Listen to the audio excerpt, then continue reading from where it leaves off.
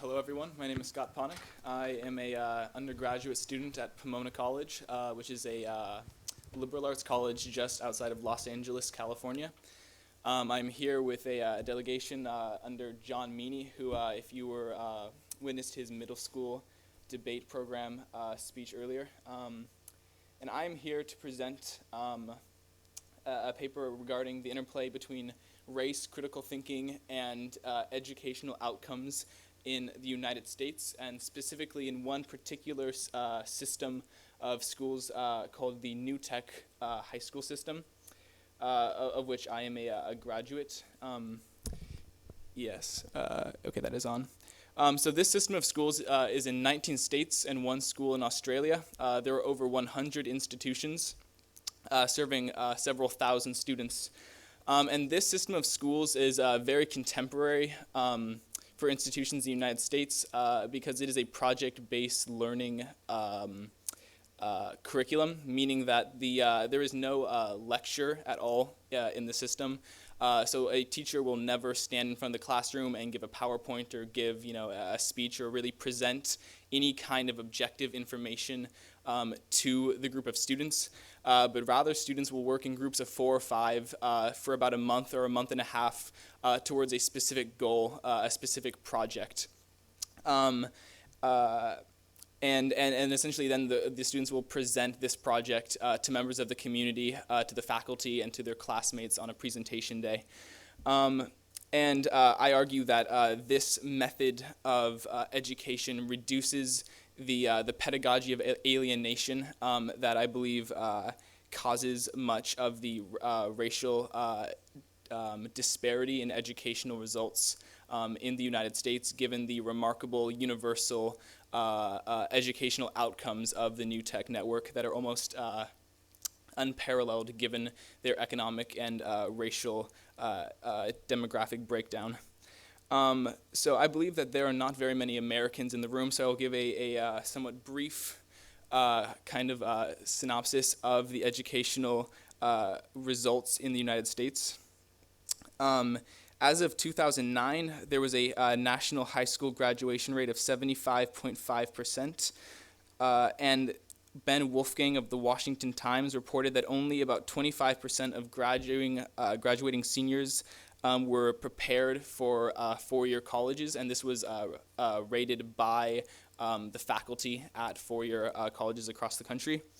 And in a 2009 assessment by the National Center for Educational Statistics, which is a group funded by the United States government, it was found that only 33% of graduating seniors were proficient at reading. So obviously, these are rather dismal results, especially considering a first world nation. But even more disturbing and even more important is that these results do not extend fully across the racial spectrum, but are rather better explained by the unfortunate performance of specific groups. For example, within that 75.5% graduation rate, there is an 82% graduation rate of white students, while African Americans and Hispanics have about a 63 and a 65% graduation rate, respectively. So that is about an 18% difference between the highest and lowest graduation rate. And in terms of the 33% reading proficiency, the rate for white students, again, was 41%, while for African American and Hispanic students was 15% and 17%, respectively.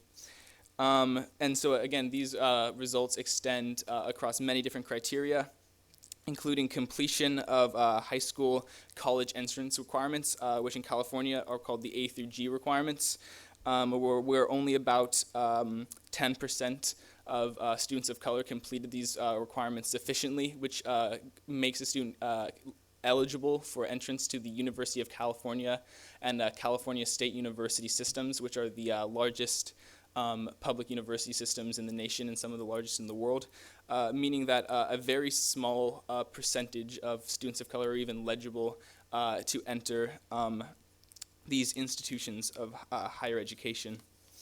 And so obviously these unfortunate results warrant an immediate explanation. And there have been many specific arguments proposed, and I'm not going to go over very many of them, but I will mention two that I do not think sufficiently kind of explain this discrepancy in results. One was provided by Professor Daniel Willingham in The American Educator, in which he argued that household wealth is associated with the likelihood of a child graduating high school and attending college.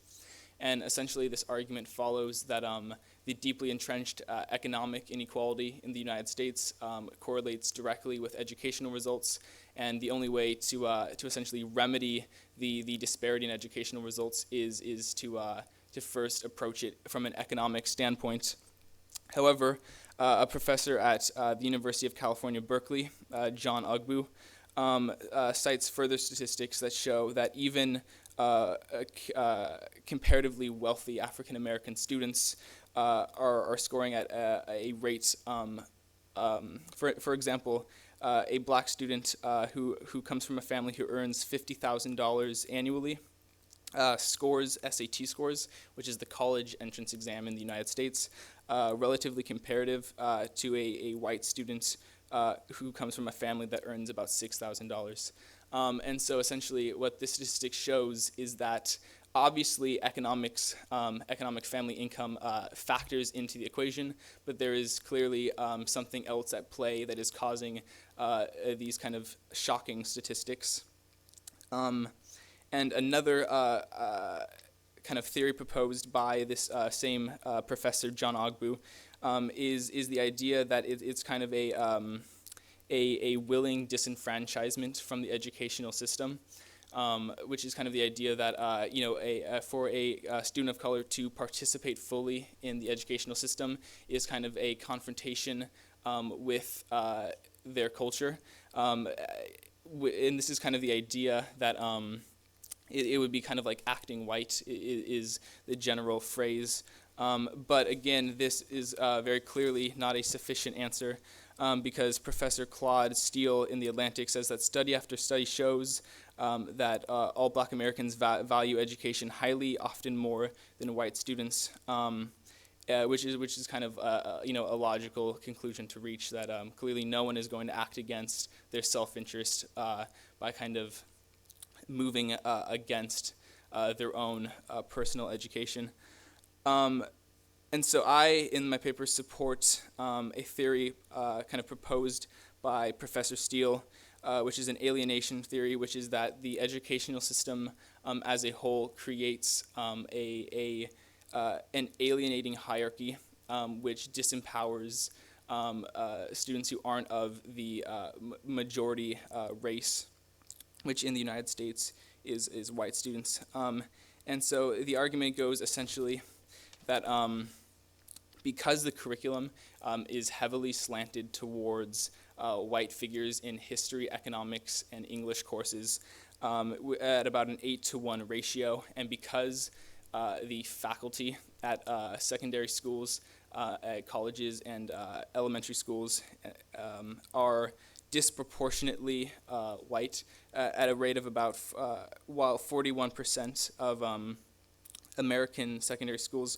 are filled with students of color, only about 16.5% of teachers are teachers of color. So obviously the kind of result is that both the curriculum and also the administration at secondary schools in the United States are disproportionately homogenous compared to the plurality of races that prevails in the United States.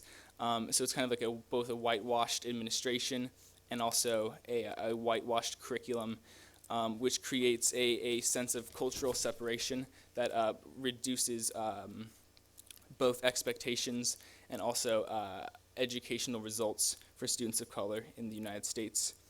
And so Richard Warner and James Hansen warned that students will develop a feeling of powerlessness, and in this milieu, the student has little opportunity to develop a self-definition. So essentially, it's a disassociation from the educational system as a whole due to this kind of pedagogy of alienation, which is caused by a hierarchical system in which a teacher is presenting this material to the student.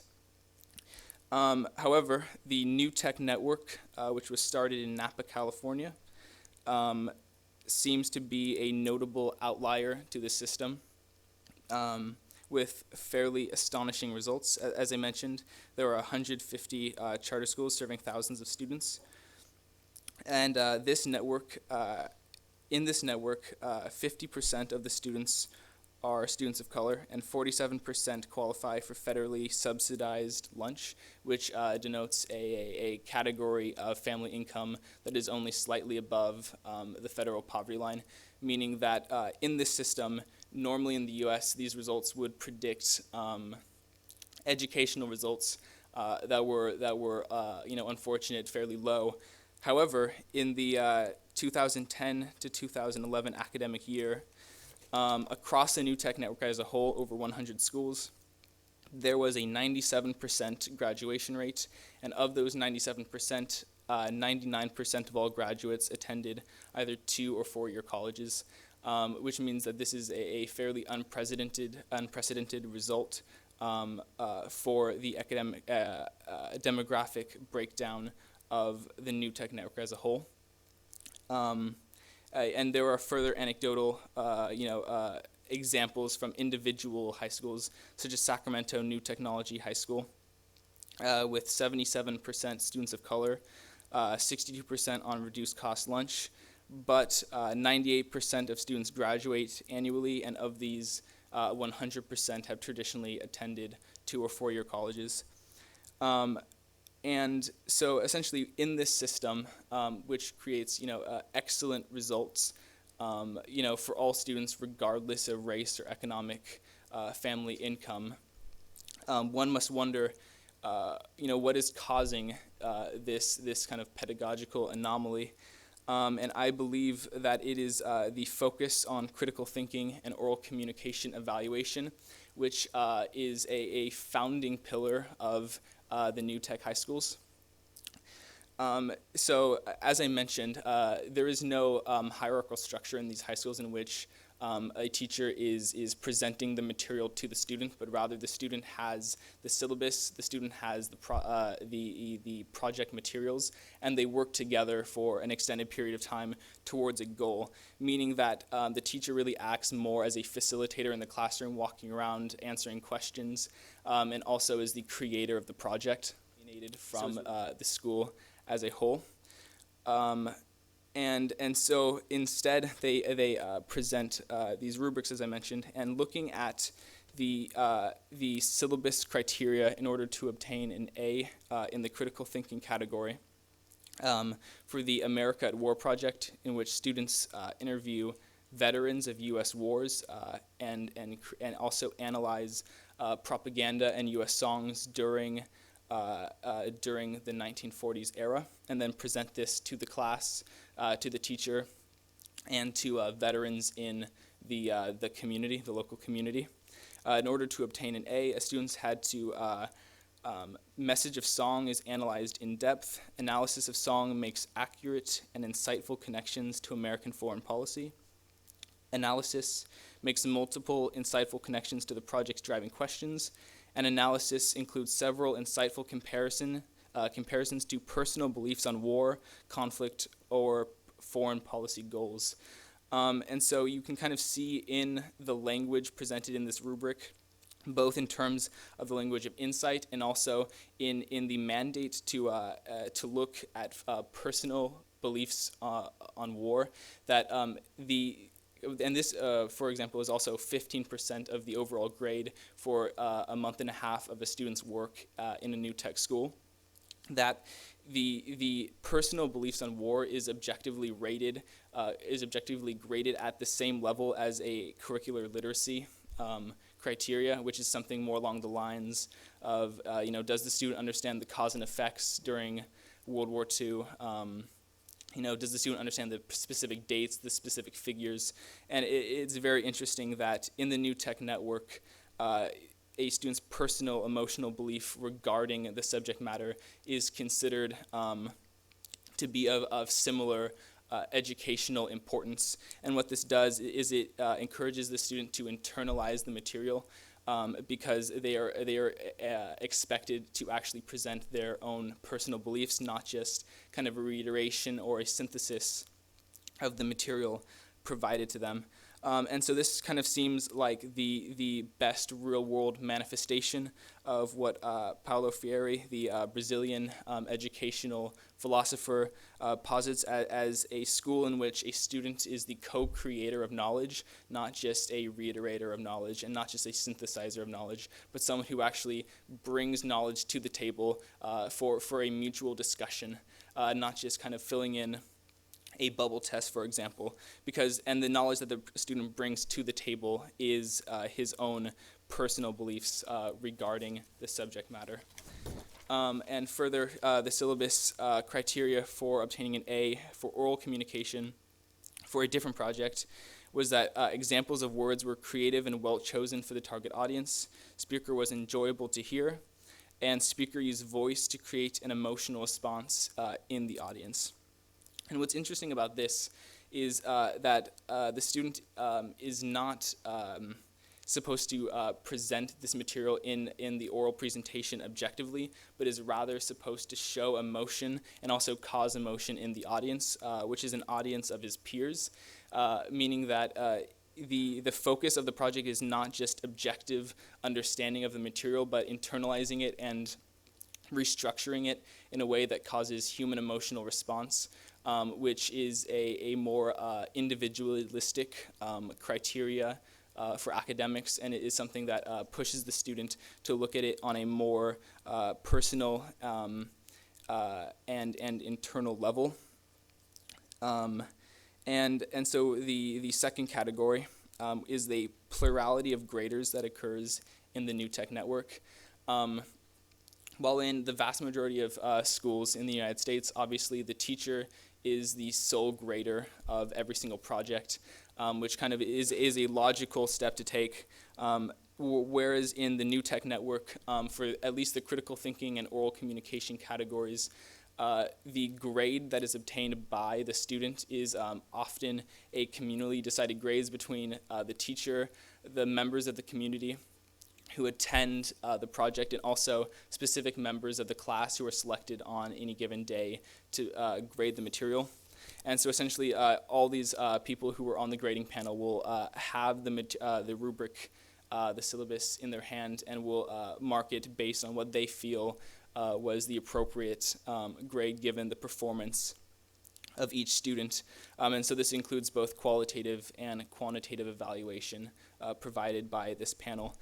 And so what's interesting is this creates both the sense that one's success in school is not solely the result of what the academic kind of system sees the worth of a student's performance, but also what a student's peers and community sees as his academic worth, which creates a less alienating sense of like a hierarchical power structure, and more a sense of one's academic worth is more integrated into his community, where a student is likely to feel more at home and more comfortable. And also by being able to grade his peers, a student is empowered to look more critically at the grading system, specifically for oral communication and critical thinking. And the third and final evaluatory tool is group grades in addition to group grading. And for group grades in the New Tech Network, each group of students receives the exact same grade, often for all these different categories, which includes curricular literacy, oral communication, critical thinking, and work ethic. And this is very, very often the case, almost always the case, especially for critical thinking, that a group will get the exact same grade based on what the panel members have decided. So the teacher will add it up, divide it by the number of panel members, and that is the grade that the group gets. And so this kind of seems like a direct response to what one educational theorist named Bruce Haar suggests occurs in educational systems, in which students will retreat from the academic realm, which is seen as more difficult to obtain success in, and will retreat to the social realm, because it is more easy to be successful in one's interactions with a peer group than in the educational system.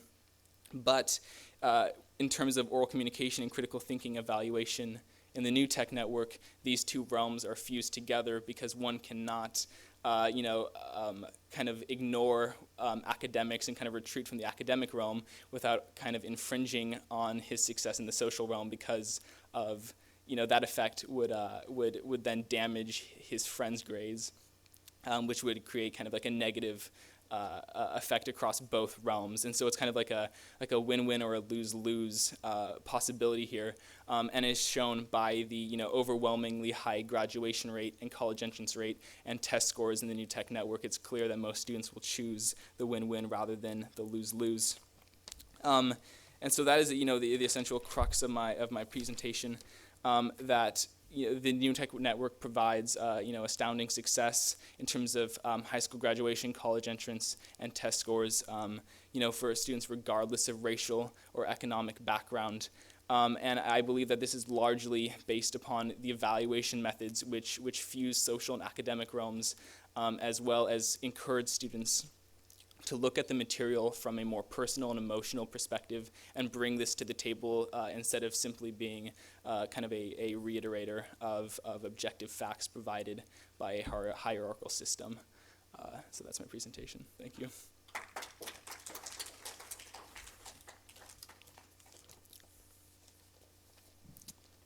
And if anyone has any questions. Thank you, Scott. This gentleman's got a question for you. Thank you for your presentation. A wonderful presentation, really. And being a native Angelino myself, I applaud you. I really have two quick questions. The first is it seems to me that this is really a shift from content to skill building, critical thinking being one of those skills. If that's the case, there are new standards which are being released in California, other states, and nationally, which show that shift as well. So this may not be the only solution to a problem which is already being worked on. Mm-hmm. And the second question I have is, have you compared costs between this and traditional schooling? In terms of like the actual money spent per student, the way that most of these new tech schools work is that they're public charter schools within a school district, so they have relative autonomy in terms of how they can form their curriculum, but the actual cost per student is going to be funded exactly the same in terms of cost. And I do believe that oftentimes schools will structure their curriculum to kind of focus on critical thinking and skill building versus obtaining specific information. But I don't think you can really approach what the new tech network does in terms of zero actual information provided in terms of lecture and all essentially students having to go out and find that information themselves without actually being this exact model of education. Because I think schools approach this, but this is a very kind of extreme version of that desire in many public schools. Yes, it's excellent information, excellent presentation. I was just wondering, in the new tech schools, what types of materials or texts do they use? As you mentioned that texts in the non-new tech system, that the texts are slanted, that creates this alienation hierarchy. So how are materials, who decides about that? Or are there texts which are prescribed, or does the teacher who serves as a facilitator recommend materials for the students, or do the students get together and brainstorm on materials for a certain assignment? I think in order to meet basic state standards for each, school. Like there is specific information that has to be presented in order for it to be, an approved educational, school. But this usually acts as like the very foundation where the teacher will say, okay, here's, some text, you go read this at home for, day one, and then the rest of it, just choose songs from the era, choose films from the era, or whatever the project is, and it's all kind of on the students to pick that information. And then students will get better and better as the years go on of picking information based on essentially, how they're evaluated. Because if a student chooses information that, is irrelevant, then their grades will reflect that. But do they actually do the reading? Are they readers to begin with? If they're in this shift from content to skill building, then if they're not readers to begin with, and the instructor is more of a facilitator and isn't really keeping tabs or giving pop quizzes on the reading, I mean, that's one way to get students to read, so that they can then engage in the group work. I mean, I'm trying to encourage, collaborative learning, in this region as a way to accomplish the course objectives. So, I guess what I'm saying is I hope that works, but I kind of have a, tentative feeling about, do they actually do this required reading and get the basis before they can go on and proceed? Well, what I think kind of happens is in a traditional school, you might have like a reading quiz, or you might have a test, or you might have something along the lines of essays. And there are, of course, essays in the new tech schools, or else students wouldn't be able to write. But I think the comparison of that is if 3 students are giving an hour-long presentation with a 15-minute question and answer at the end, in which they're going to be questioned on this reading that they were supposed to do, that is going to kind of uncover whether or not the reading was done, possibly in a more productive way than just a reading quiz, because a student is going to be put on the spot, like in like a presentation on Huckleberry Finn, like in the text, give me an example of this, and show how it connects to your life and how it connects to racism of the era, or something along those lines, and a student will have to respond on the spot, which will definitely show his knowledge of the material. So. Okay, do we have any more questions?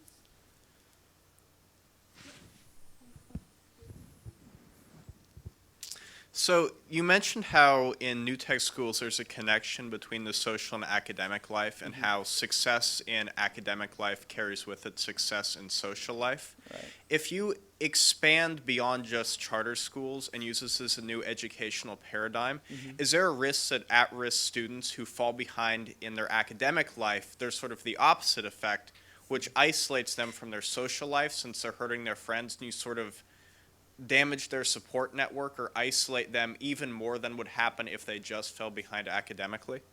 That's an interesting concern. I think the response would be that an at-risk student who is performing poorly in school, in a traditional school in which he does not have the direct support of his peers on the project and is essentially just doing the assignments by himself, he might feel more isolated, if he receives like a D- on a test or something like that. But if he has a group of 5 people or 4 people or 3 people or whatever it is, and they have 2 weeks before a presentation, they'll be calling him, and they'll be like wanting to get together him, and they'll be going to his house to work on this project. And so like the very act of doing a project is kind of an inclusionary, method for an at-risk student. So I would say like it's conceivable that worse could go to worse, but I think it's much more likely to help that demographic of student as opposed to hurt them. Great. Scott, that was fantastic. Thank you very much. That brings this session of presentation to an end. Thank you very much.